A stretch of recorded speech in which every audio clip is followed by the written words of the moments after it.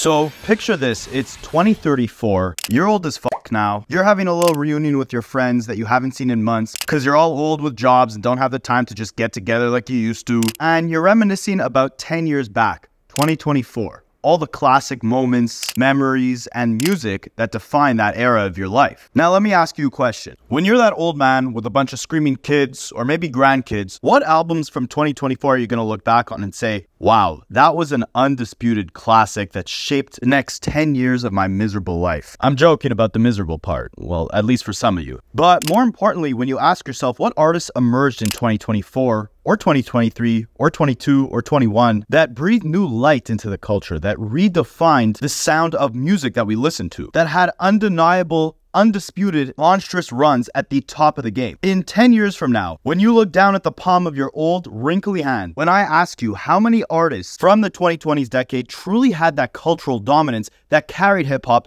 into the 2030s, how many fingers are you going to be able to put down? Now, to flip that, if I were to ask you today, who is the worst rapper in the game, how would you answer that? Would you say Ice Spice because she's more known for her butt than her bangers? By the way, Ice, if you're listening to this, I would definitely not say you. In fact, I love your music so much, I'd love to take you on a date just to tell you how much I love your new album. But yeah, would you say her? Or would you go with NBA Youngboy because he drops too much music? Or would you go with Lil Mabu because his music's more like a Saturday Night Live skit about rappers than it is actual rap music? Or maybe you'd say Tekashi 6ix9ine or Lil Pump or Lil Xan or Jack Harlow or NLE Choppa. My point is, there are so many rappers to choose from, and that's the problem. If I asked you that same question like 15 years ago, there would be like 1 or 2 definitive answers that most people would go with. They'd probably tell you Soulja Boy, and meanwhile today, the biggest rappers of the new generation would probably tell you that Soulja Boy was their biggest inspiration. Even Lil Baby, who at one point people were deeming to be the next Lil Wayne, the next guy to have that monstrous run at the top of the game, if he was dropping music at the same time Lil Wayne was in his prime, people would say he's the worst rapper in the game. And that's my point, is that where are we now, where are we headed, and how did we get here? Now, you could obviously make the argument that hip-hop's evolving, it keeps up with the youth, and this is what the youth deems to be hot right now, so we just gotta get with it or get out. But it's really bigger than that, and I'm gonna explain why in this video. But if I did end up titling this video, "It's time to be honest about old rappers," it's because we got a major problem here. And if you're thinking about the future of the state of hip-hop music, at least mainstream hip-hop music, then this is concerning. Let's keep it on mainstream hip-hop for a second. Who are the biggest rappers in the game today? Who can stop the entire hip-hop world when they drop an album, or when they beef, or even when they tweet something?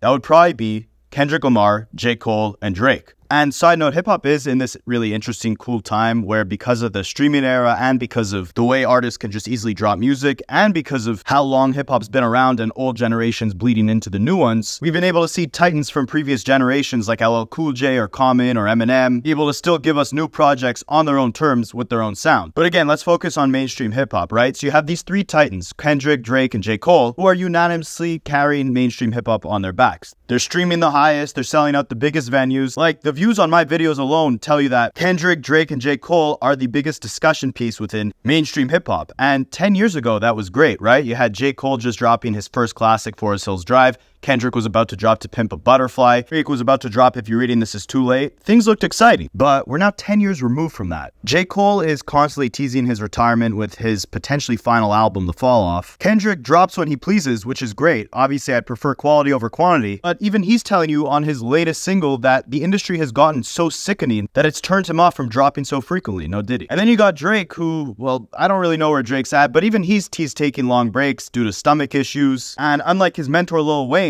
he's now 15 years into his massive career and hasn't given us a true protege within hip-hop to carry on his legacy. And aside from Drake or J. Cole or Kendrick giving us a protege that mirrors the same impact that they had on the game, are there any artists in this current generation that will be able to match the magnitude of success and impact that any of these artists had? Again, we're talking mainstream hip-hop. People thought Jay-Z's run was massive, but then 50 Cent came around and Jay-Z was telling all his artists to tuck their tail. And you had Kanye West, who beat 50 Cent in a sales battle, dropped like 5 classic albums back to back and ushered in a whole new sound into the culture. At the same time, you had Lil Wayne selling 1 million copies in the first week multiple times with multiple albums. And while they took steps back, we then saw the Kendricks and the Coles and the Drakes usher in a new era. But while they were on their monstrous runs, it didn't seem like there was any new rappers coming up who would be able to carry that baton after them and would go on to do as great a things that they accomplished. And sure, they're still here, but they're also 15 years deep in their careers. Unfortunately, I can't see them being as active in another 15 years. So when that time comes, who will be here to keep hip-hop exciting? And I bring up mainstream hip-hop because, yeah, you could find great rappers in the underground, which we will touch on later in this video, but whether you're a fan of popular culture or not,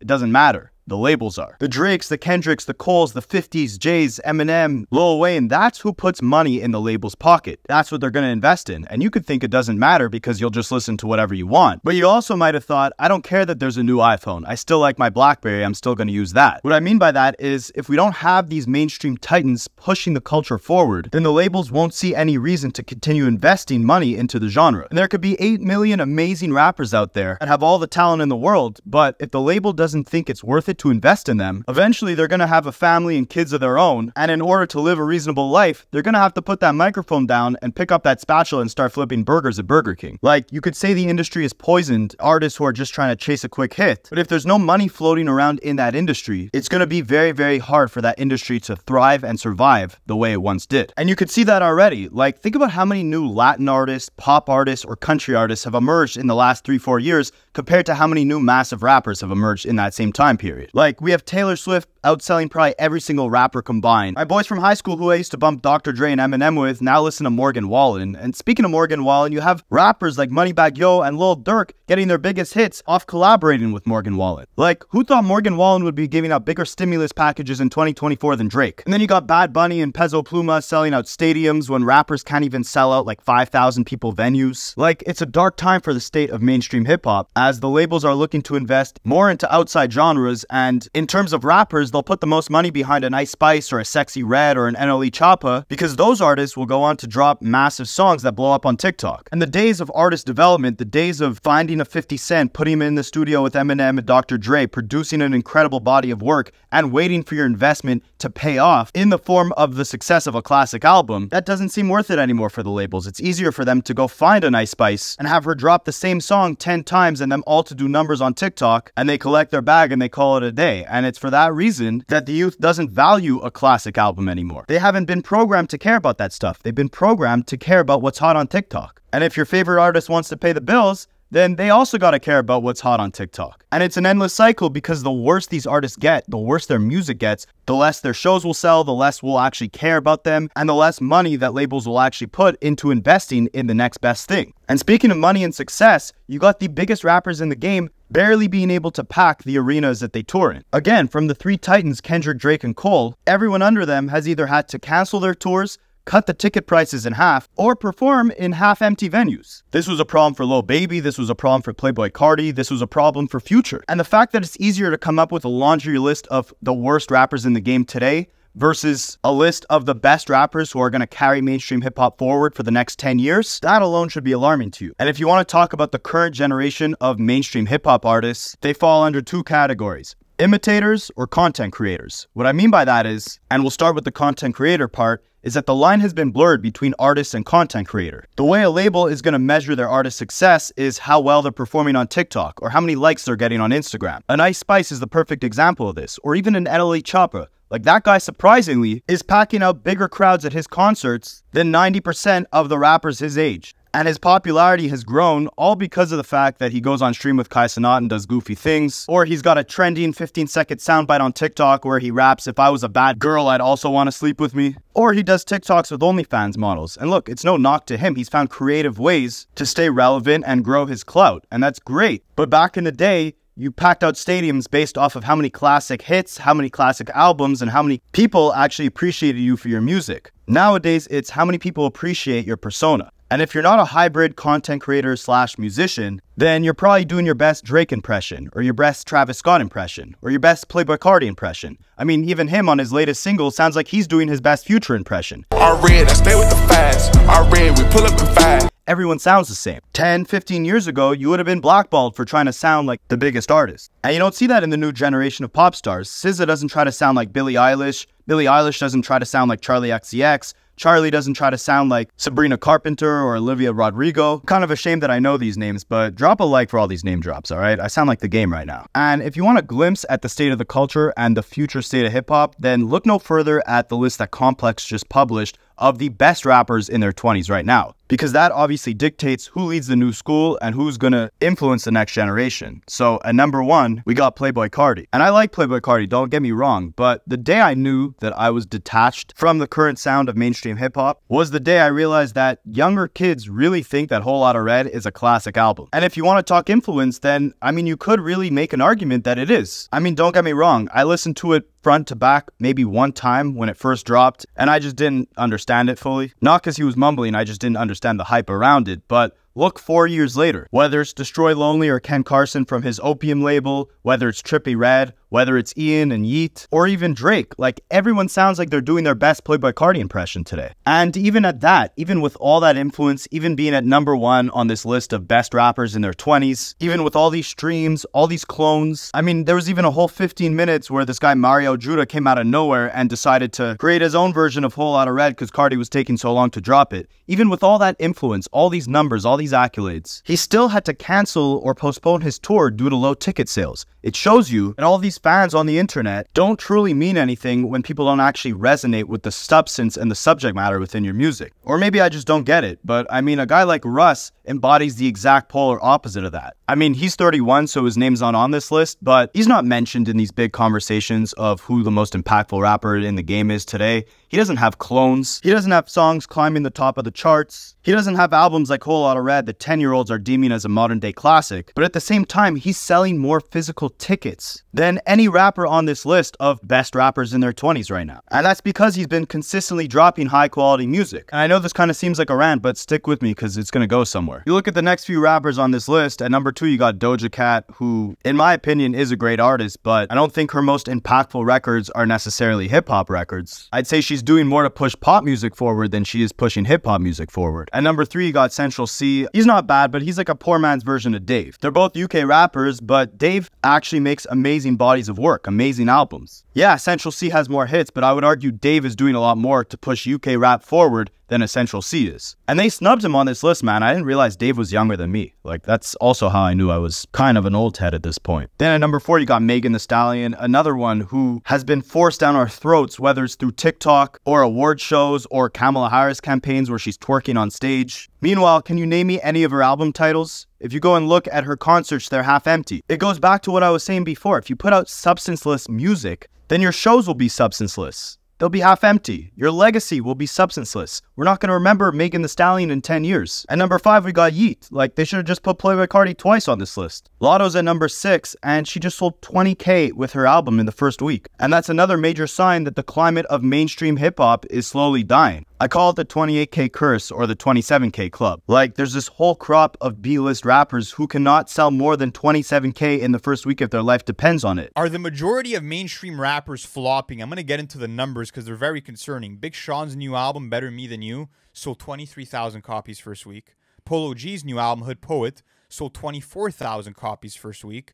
Ice Spice's debut album, one of the artists who's set to be the next superstar, Y2K, sold 20K first week. A Boogie with the Hoodies album, Better Off Alone, sold 27,000 copies first week. And when you look at this, like artists like Big Sean, Polo G, these are big players in hip-hop, and these are guys that have sold 100,000 plus in the past with their albums. So what do you think is happening with these records? And again, that matters because the labels are looking at that and saying, why should I invest in the future of hip-hop when all of the rappers on this best rappers in their 20s list can't sell an album to save their life? They're returning me no profit. Why am I going to invest in them? And I mean, I don't have to go through this whole list. You do have Doechii on this list, who's a breath of fresh air in this current climate. She just dropped a mixtape. It's phenomenal. She signed to TDE. They're really kind of grooming her to be the next big superstar off that label. And they're investing in her the same way they invested in Kendrick Lamar before he dropped Good Kid, Mad City. They're investing in her the way traditional labels used to invest in the superstars that we now know today. They're trying to preserve the essence of what hip-hop is. They're trying to save the future of hip-hop by making artists like Doechii profitable. And that's great, because the more these bigger labels see that artists like Doechii who actually care and put time in the quality of their craft,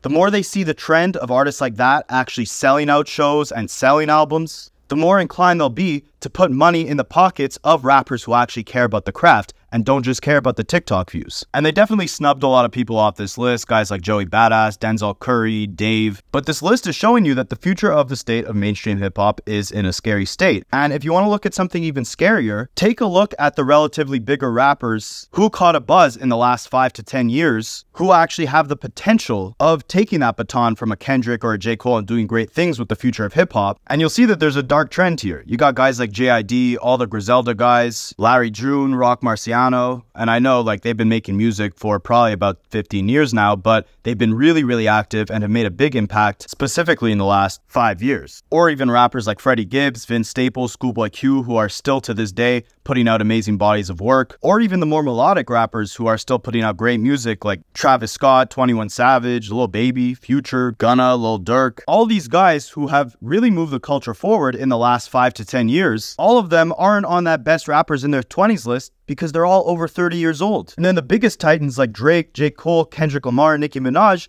they're all like 37, 38 years old. And then the guys before them who are still somewhat active like Lil Wayne, Kanye West, Eminem, Nas, Jay-Z, they're all in their 40s and 50s. Their classics came out when they were in their 20s. Their hungriest eras, the eras where they were locked in the studio putting out music consistently, all happened when they were in their 20s. It's a young man's sport. Where's the future of the sound of hip-hop gonna go if all the rappers leading the sound that are truly putting out amazing bodies of work all statistically have less than 10 years left in them to continue pushing the sound forward? And when they retire, who are these labels gonna invest in to maintain that standard of quality control? The content creators and the imitators? I mean, number one on this list, Playboi Carti, it's great to see the influence that he's had, but can you really picture him going on a run like a Kanye or a Kendrick where they drop classics back to back?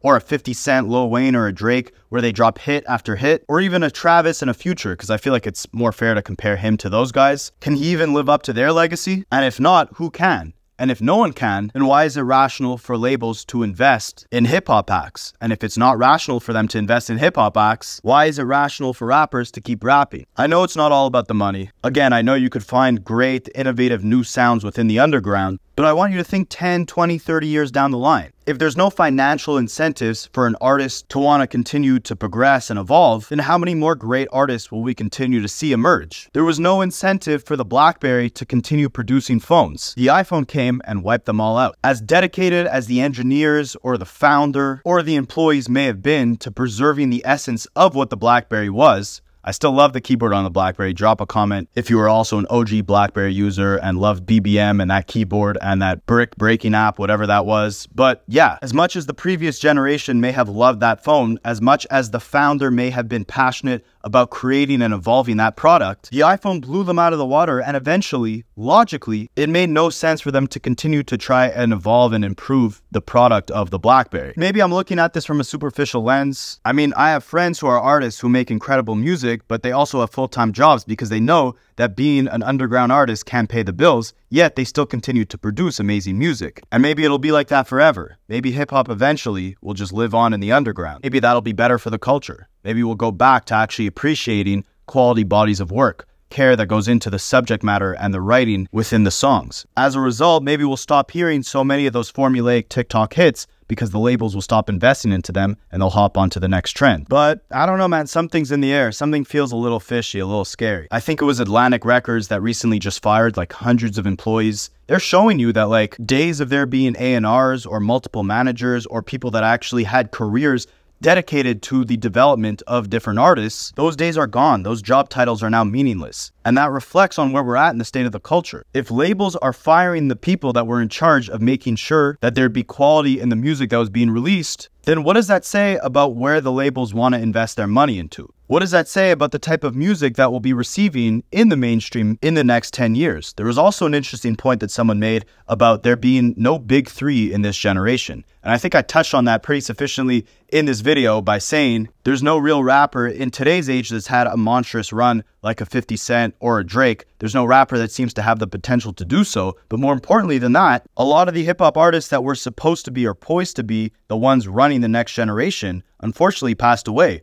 You look at guys like Mac Miller, Juice WRLD, XXX, Pop Smoke, King Von. It says something when all of their albums are being streamed more than the artists who are alive today. And it's unfortunate as fans of hip-hop that we are stripped of the opportunity to see where their careers would have gone and the influence that they would have had on the next generation. Instead, we're left with Playboi Carti, and again, no shade to him, I do love his music. Dial It, phenomenal project. But what has his reign or his run yielded us? It's yielded us a bunch of carbon copies of him. They've added no substance, no value to the state of the culture. But it's crazy to me that labels still don't take that route that TDE is taking with an artist like Doechii, where they're actually investing in making a better artist who can go on and put out classic projects. They should be able to see that independent artists like Russ, just off the strength of the quality of their music, are able to do bigger tours than any modern day rapper signed to a major label that's just chasing a trendy song on TikTok. You also have artists like Kodak or Lil Uzi who could have been the leaders of the new school, but failed to become that because they just couldn't drop phenomenal bodies of work